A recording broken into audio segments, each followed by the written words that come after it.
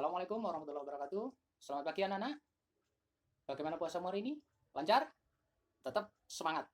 Walaupun saat ini dalam masa pandemi COVID-19, kita harus tetap semangat. Semangat belajar, semangat beribadah, dan tetap beraktivitas sehari-hari. Pada pembelajaran sebelumnya, kita sudah mempelajari mengenai kalor sebagai salah satu energi yang dilepas atau diterima suatu benda, sumber panas yang meliputi matahari, panas api, dan lain-lain. Nah, pada pembelajaran kali ini kita akan membahas benda-benda apa saja yang dapat menghantarkan panas dan benda-benda apa saja yang menghambat panas. Oke? Dalam kehidupan sehari-hari, kita senantiasa berhubungan dengan panas yang kita manfaatkan untuk memenuhi kebutuhan kita. Misalnya kita gunakan untuk keperluan memasak, keperluan mengeringkan pakaian, dan lain-lain.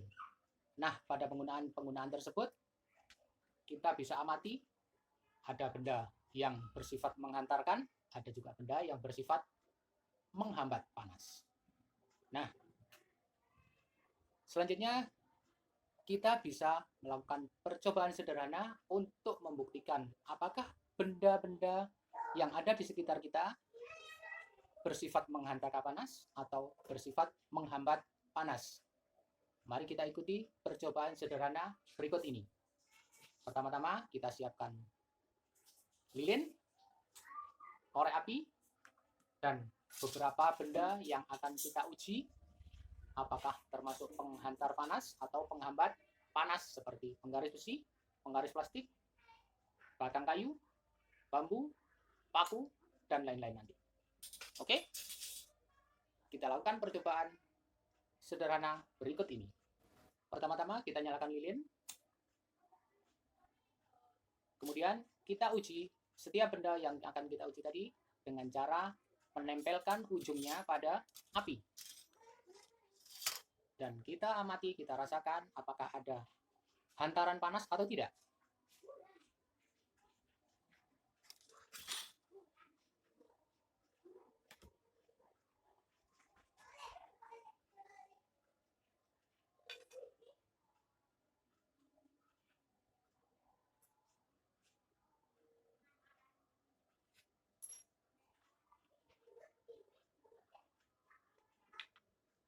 Nah, dari beberapa benda yang kita lakukan uji tadi, kita bisa kelompokkan menjadi benda-benda yang bersifat menghantarkan panas, seperti penggaris besi, batang besi tadi, kemudian paku, sedangkan benda-benda yang tidak menghantarkan panas atau menghambat panas, seperti penggaris plastik, batang kayu, dan batang bambu tadi. Nah, itu tadi untuk membuktikan benda-benda itu termasuk penghantar panas atau penghambat panas. Oke. Dari percobaan tadi, kita bisa mengaplikasikan atau menerapkan sifat-sifat benda tersebut, sifat penghantar ataupun sifat penghambatnya. Misalnya kita ambil contoh seperti ini. Wajan ini yang terbuat dari logam dan juga terbuat dari plastik. Terbuat dari logam sebagai penghantar panas, sehingga panas diterima logam bisa mematangkan makanan yang kita masak. Sedangkan pegangan terbuat dari plastik karena penghambat panas, tangan yang kita gunakan untuk memegang wajan ini tidak ikut kepanasan. Nah, itu penerapan dari sifat-sifat benda penghambat ataupun penghantar panas. Sebelum saya akhiri, sebagai tugas bagi kalian, kerjakan di rumah dengan bimbingan orang tua atau saudara kalian yang sudah dewasa. Lakukan percobaan seperti yang tadi saya lakukan. Amati, kemudian buat daftar benda-benda yang ada di rumahmu. 10 macam benda. Kemudian foto dan kirim hasilnya ke WA Group kelas. 2 hari dari sekarang sudah harus terkumpul. Demikian pembelajaran pada hari ini.